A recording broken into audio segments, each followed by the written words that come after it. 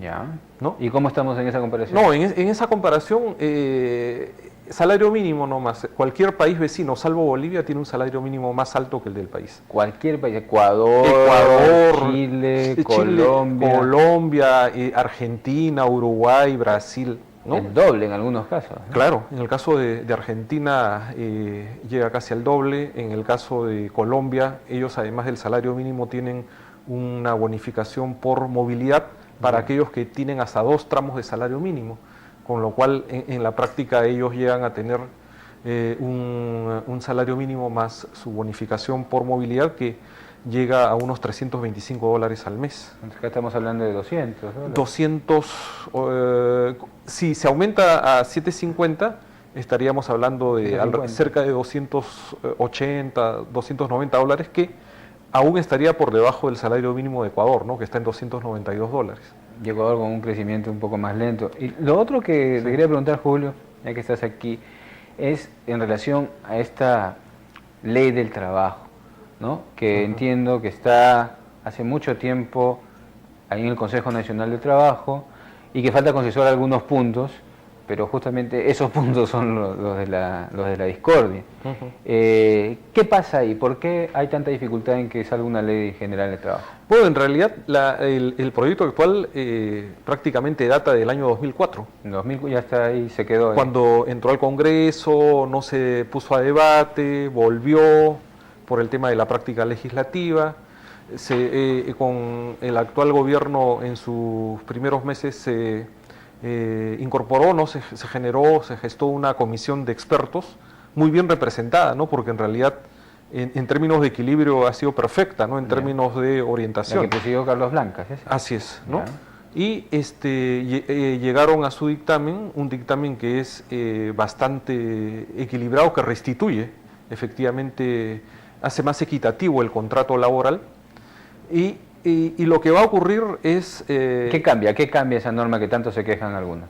En realidad, lo único que pone es que, por ejemplo, en el caso de los aumentos, el tema del despido arbitrario Ya. ha subido un poco la cuantía, pero en realidad eso no es un sobrecosto, ¿no? Porque las empresas no se van a pasar todos los meses despidiendo gente, ¿no? Es el caso extremo y es un caso que no es lo regular, ¿no? La otra cuestión es que se vincula con la reciente aprobación del Reglamento de Salud y Seguridad del Trabajo, Ya. ¿no? Que es bastante positivo porque además está habiendo bastante campañas de información, ha habido trabajo de las dos partes, tanto de empleadores como de trabajadores. Está también el tema de lo que es un asunto que nos ha merecido varias quejas ante el Comité de Libertad Sindical de la OIT, como es el tema de las prácticas antisindicales, ¿no? de la promoción de la libertad sindical.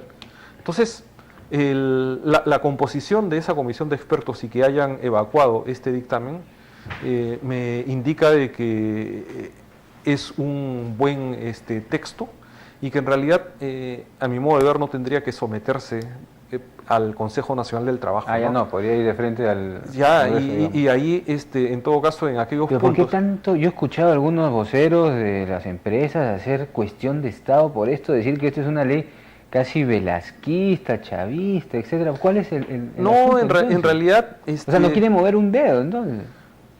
En realidad, lo que ocurre es de que con el argumento de que cualquier cosa que signifique más regulación va a afectar la inversión privada, con ese argumento se dice, no, cuidado con la inversión. Con esa... Claro, y sin embargo, un aspecto incluso más punitivo que algunos aspectos de la Ley General del Trabajo de esta propuesta los encontramos en las adendas laborales del TLC con Estados Unidos. Por ejemplo, ¿no es cierto? ¿No?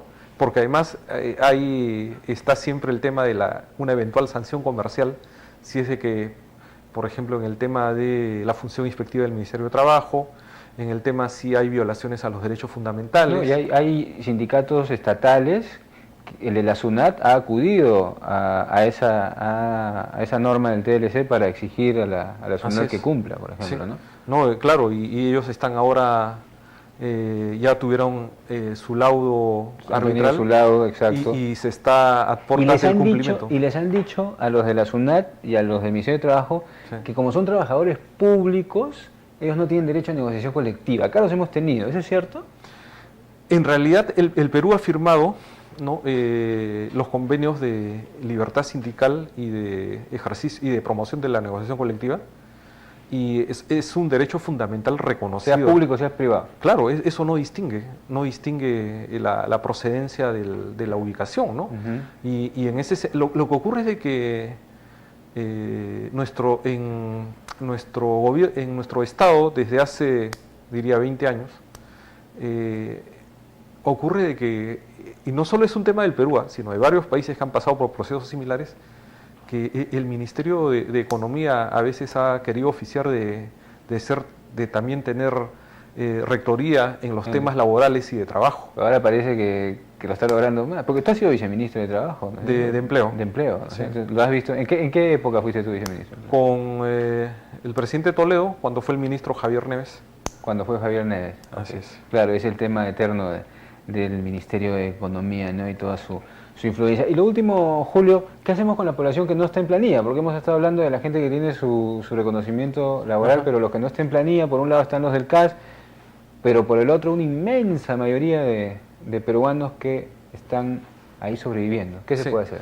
No, ahí lo que hay que reconocer también, y no es un tema de las leyes, es de que por naturaleza histórica del país, junto con los países del área andina, nosotros hemos sido de desarrollo capitalista tardío, y por eso es de que históricamente hemos tenido una gran proporción de trabajadores autónomos independientes. En los mejores momentos del desarrollo industrial urbano en el país, hemos llegado a tener que la mitad de la población que trabajaba en términos asalariados. Ahora estamos en el 20%. No, hoy día se ha recuperado, se ha recuperado, pero hay un tema estructural, ¿no?, que hay una mitad de la población económicamente activa que es autónoma, y lo más preocupante es que hay casi un 30% que son trabajadores familiares no remunerados, es decir, trabajan pero no reciben un ingreso. ¿Y ahí cómo se podría avanzar con eso? No, ahí en realidad, y eso ha ocurrido en los últimos 5 años, esa franja de trabajadores familiares no remunerados se ha venido reduciendo, porque se han venido incorporando a las empresas pequeñas, medianas y grandes que han venido creciendo, ¿no?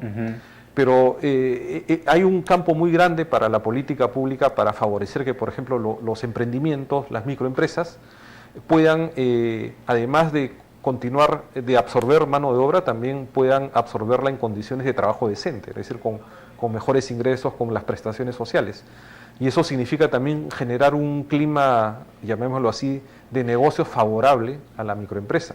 Y eso no significa darle subsidios, sino permitirles que compitan en igualdad de oportunidades, ¿no? Y eso significa un rol activo de parte del Estado de darles asistencia técnica. Y estas microempresas, lo último para ir terminando, Julio, sí, frente a toda la carga o a las leyes que implican los derechos, etcétera, ¿están en condiciones de una pequeña empresa de 10, 15 trabajadores puede asumir todo este tema de la planilla, de los sueldos, las vacaciones, etcétera? ¿O es un mito que no lo puede asumir? No, lo pueden asumir, pero en realidad para poder asumirlo necesitan crecer, tener más ventas y más riqueza, y eso hay que lograr que tengan en primer término. Muy bien, Julio. Te agradezco muchísimo tu presencia esta noche. Creo que nos ha dado un panorama muy claro acerca de, bueno, sobre todo los términos formales.